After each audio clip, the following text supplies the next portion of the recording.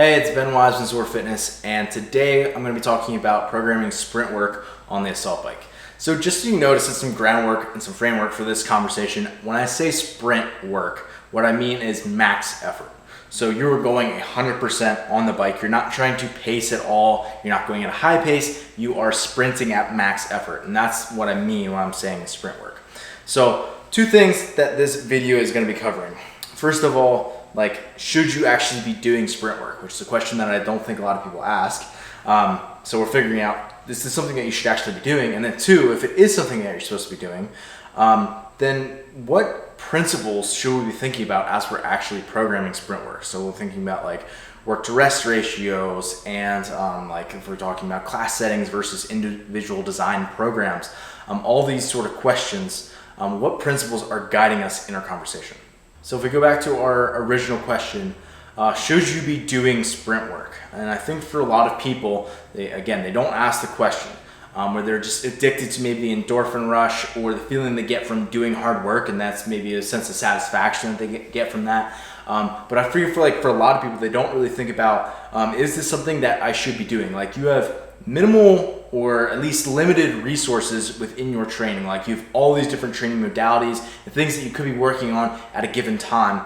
Is this something that fits into that model for you? And for some people, it might not be. Maybe you shouldn't be doing sprint work. And really here, I'm talking about a powerful person. So if someone already is super powerful and their goal is to have balanced fitness kind of across the board, then that's really not helping them in their end goal. If you are already super powerful, that you can hold all the paces or wattages that you need, it's just more so about being able to extend that power out over a period of time, or pace preservation, which is really comes down to endurance work, right? So you don't necessarily need to be doing sprint work. And sometimes people think, oh, if I do more sprint work, I'll get better at the endurance work. And oftentimes those things are clashing. And really, especially for someone who's super powerful, doing more sprint work will tend to make them actually worse at the endurance side of things. Now, if we go to the opposite end of things, if you're someone who's a pretty enduring person, where you can maybe not get to as high of a wattage on a sprint, but you're able to hold a pretty high percentage of that peak wattage for a relatively long period of time. So maybe on something like a 10-minute test, you're able to hold 30+% of your max wattage across that entire test. Then really to get better at your endurance work, you might need to get more sprint work in so that you have a higher, let's just call it a ceiling, where you can, again, create more of a gap there where you don't have to hold as high a percentage across that time domain. And by increasing that ceiling, it's going to allow you to have better performance across the board and to potentially increase some of your strength numbers and workouts that are really high power. So let's just say that we've taken care of part one, where, okay, we established that we want to be doing sprint work on the bike, and that's something that is a worthwhile goal for us. Then what are some of the principles that can guide us as we're actually programming the sprint work?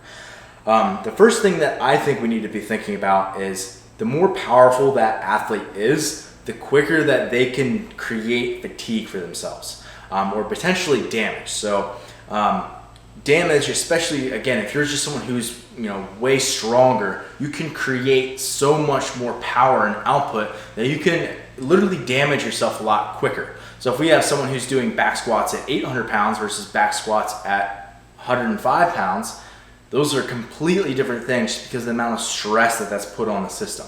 So same thing, if we have someone who's sprinting at 1800 watts versus 800 watts, again, they're just completely different by nature. So the one's going to not be able to handle as much, and they're going to create much more damage for themselves quicker. And this goes for both metabolic and mechanical stress. So yes, we're actually creating potentially some amount of damage to the tissue, likely not a whole lot because we're in a low eccentric environment, but we're also driving a ton of metabolic stress, and someone who's really strong and powerful is going to be able to drive much more metabolic stress in a shorter period of time. So this really comes into play when we're talking about work to rest ratios. So again, this principle is that a really powerful person needs a lower work to rest ratio, where they do less work for the amount of rest that they're getting.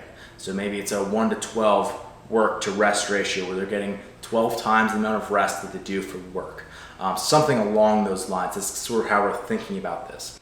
So the example that I like to give is, say that I have two different athletes in class. I have Granny, who's 70 years old. She runs a lot and she's not very powerful, has pretty good endurance, but again, pretty low power output. And we have A male, pretty high level athlete who's in really good shape and a very powerful, strong individual.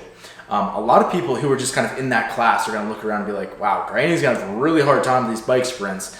And that guy over there, he's going to crush these sprints. And what ends up happening is he gets crushed by the sprints where he's like rolling around in pain on the floor. And Granny, meanwhile, is like, she went max effort and she's still walking around and like wondering what she can do during a rest period or goes for a run after class because it wasn't enough of a workout for her. And this is what we have to understand is the more powerful that an athlete is, the quicker that they're going to drive that fatigue into their system. So if we're talking about programming for classes, one of the things that we can think about is often we want everyone to sort of go at the same time. So it's maybe an EMOM where every 2 minutes, every 3 minutes is when we're having waves of people go, just because logistically that works pretty well in class. But what we can think about is starting to manipulate the wattage for these different demographics of people. So if I have someone who on a max wattage test is greater than, let's say, 1500 on that test, then I'm only going to have them sprint for maybe 12 seconds at a time.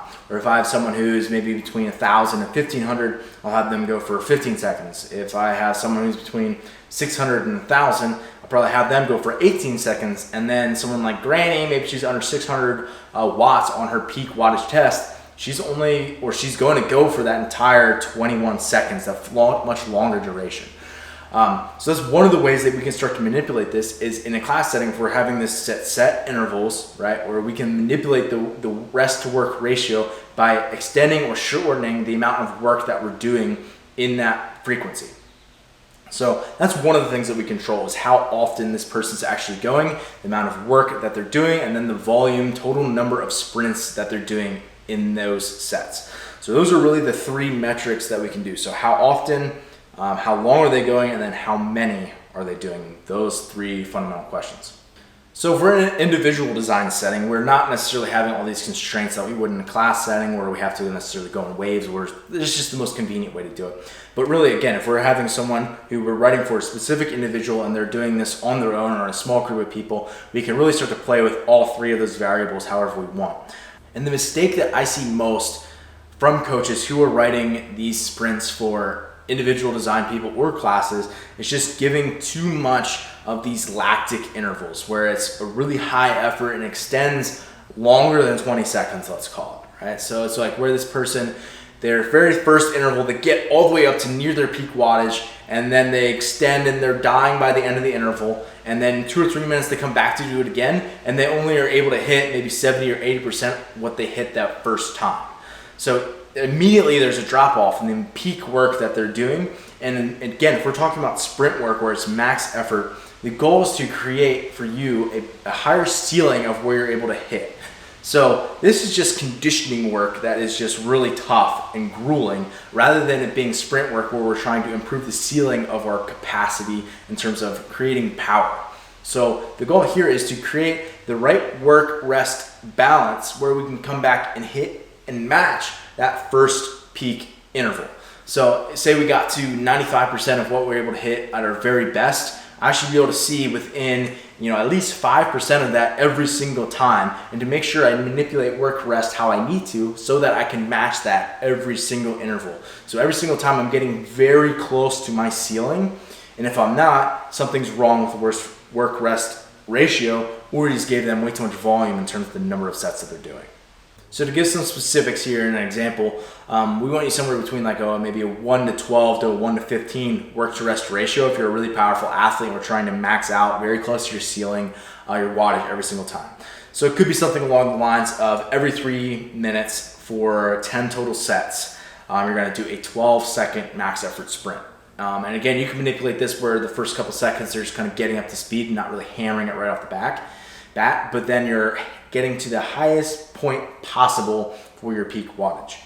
And that way you're keeping it, at, let's just say, less than 15 seconds. That allows for them to get back to that ceiling every single time, and that rest is spread out long enough where they feel like they're pretty much down to clearing all their fatigue, where they can hit that next interval as hard as possible and actually match the wattage that they did for the first one.